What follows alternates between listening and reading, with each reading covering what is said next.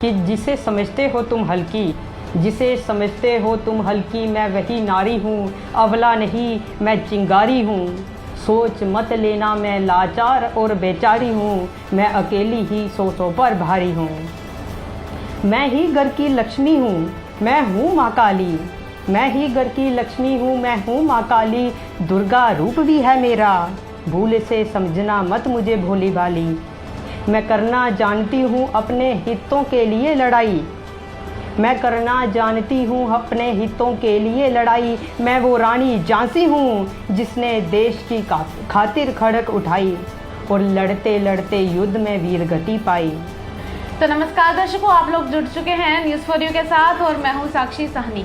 जिस तरह से आप लोग भी जानते हैं कि जम्मू कश्मीर में टैलेंट की कमी तो बिल्कुल भी नहीं है और हमारा जम्मू कश्मीर का युवा जो है वो दिनों दिन टैलेंट को एक नए मकाम पर लेकर जा रहा है। तो टैलेंट के ही संदर्भ में जब बातचीत होती है तो मेरे साथ इस वक्त बात करने के लिए मौजूद हैं कवि रविंदर सिंह जी। तो इनसे हम ज़रा बातचीत करेंगे और जानेंगे कि क्या सोचते हैं ये कला के बारे में। तो नमस्कार, आपका बहुत बहुत स्वागत है हमारे चैनल में। नमस्कार। पहले तो मैं आपका धन्यवाद करना चाहूँगा जिन्होंने मुझे आज मौका दिया है।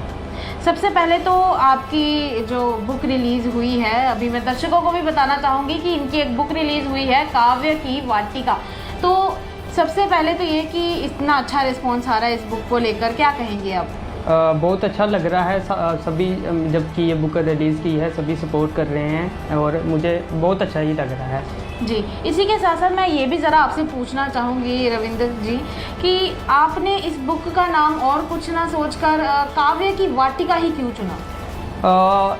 इसके लिए मैं बताना चाहूँगा कि मेरी कविताएं कुछ छोटी छोटी कविताएं थी, कोई इतना ज़्यादा मतलब कुछ होता है कि जो बड़े कलाकार होते हैं तो कुछ अलग ही बातें होती हैं, उनकी बड़ी बड़ी बातें होती हैं। बट मेरा है कि मैं बच्चा हूँ और मेरी कविताएं भी कुछ ऐसी छोटी छोटी थी एंड जैसे माँ पे कविता हो गई, देशभक्ति कविता है, तो तभी मैंने इस किताब का नाम काव्य की वाटिका रखा।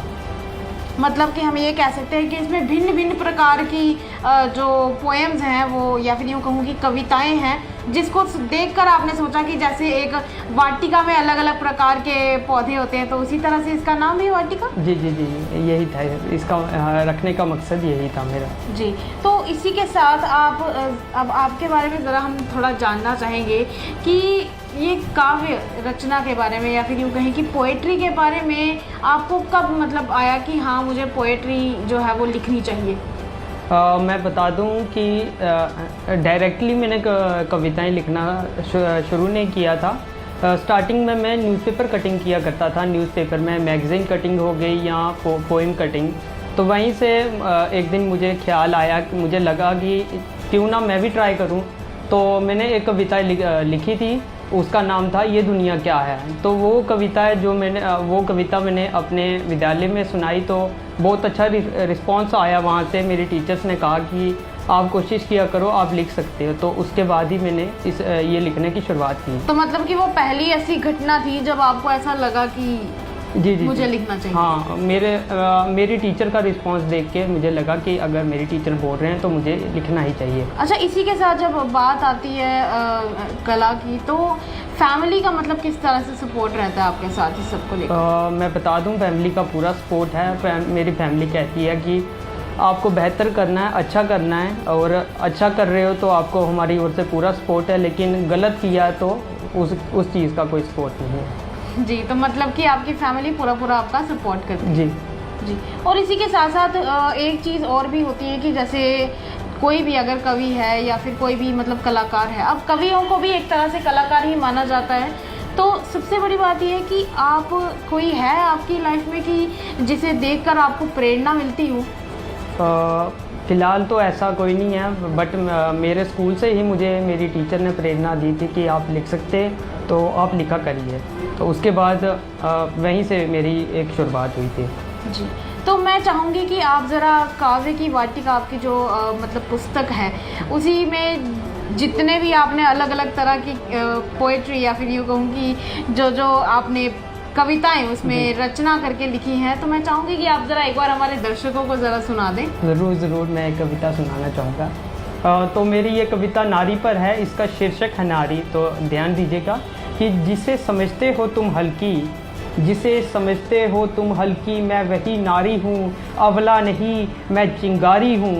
सोच मत लेना मैं लाचार और बेचारी हूँ, मैं अकेली ही सौ पर भारी हूँ। मैं ही घर की लक्ष्मी हूँ, मैं हूँ माँ काली, मैं ही घर की लक्ष्मी हूँ, मैं हूँ माँ काली। दुर्गा रूप भी है मेरा, भूल से समझना मत मुझे भोली भाली। मैं करना जानती हूँ अपने हितों के लिए लड़ाई, मैं करना जानती हूँ अपने हितों के लिए लड़ाई। मैं वो रानी झांसी हूँ जिसने देश की खातिर खड़क उठाई, और लड़ते लड़ते युद्ध में वीर गति पाई। मौन रहती हूँ तो इसका ये अर्थ नहीं मैं कमज़ोर हूँ, मौन रहती हूँ तो इसका ये अर्थ नहीं मैं कमज़ोर हूँ। मैं कमज़ोर नहीं मैं कुछ और हूँ, रिश्तों की खातिर चुप रहना उचित मानती हूँ, रिश्तों की खातिर चुप रहना उचित मानती हूँ। और वक्त आने पर मैं बोलना भी जानती हूँ, और वक्त आने पर मैं बोलना भी जानती हूँ। जिसे समझते हो तुम हल्की, मैं वही नारी हूँ, अबला नहीं मैं चिंगारी हूँ, अबला नहीं मैं चिंगारी हूँ। बहुत बहुत धन्यवाद। तो ये बहुत बढ़िया था। जैसा कि आपने भी सुना कि रविंदर जी ने नारी शक्ति के ऊपर जो इतनी अच्छी कविता लिखी है, तो मुझे तो लगता है कि इस तरह की कविताएं जो है वो हम ये तो कह ही सकते हैं कि इस तरह की जो कविताएं हैं वो जितने भी छोटे छोटे स्कूल्स हैं उनकी किताबों में तो ज़रूर छप ही सकती हैं। फ़िलहाल तो मैं यही कहूँगी कि इसके लिए ये जो आपकी बुक है इसके अच्छे रिस्पॉन्स के लिए मैं आपको बहुत बहुत बधाई जो है वो देना चाहूँगी। बहुत बहुत शुक्रिया, मैं आपका धन्यवाद करता हूँ जिन्होंने मुझे आज अवसर दिया है। इसी के साथ रविंदर जी, वैसे देखा ये भी गया है कि आप डोगरी में भी कविताएं जो हैं वो बोलते हैं, पर लेकिन अभी तक कविताएं आपने लिखी नहीं है, कोई डोगरी पर बुक नहीं अभी आपने निकाली है, तो वो कब तक होगा?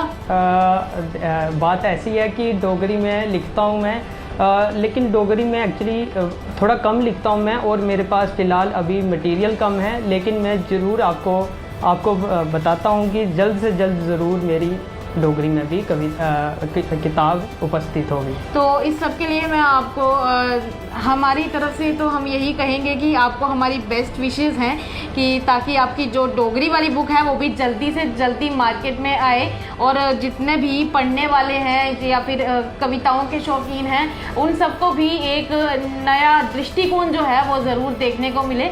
तो रविंद्र जी, आपने हमारे साथ अपना वक्त जाहिर किया, उसके लिए बहुत बहुत शुक्रिया। बहुत बहुत धन्यवाद। तो दर्शकों, इसी के साथ मैं आप लोगों से अब इजाज़त लेना चाहूँगी। मिलते हैं अब अगले वीडियो में, तब तक के लिए मुझे इजाज़त दीजिएगा। साक्षी साहनी, न्यूज़ फॉर यू। नमस्कार।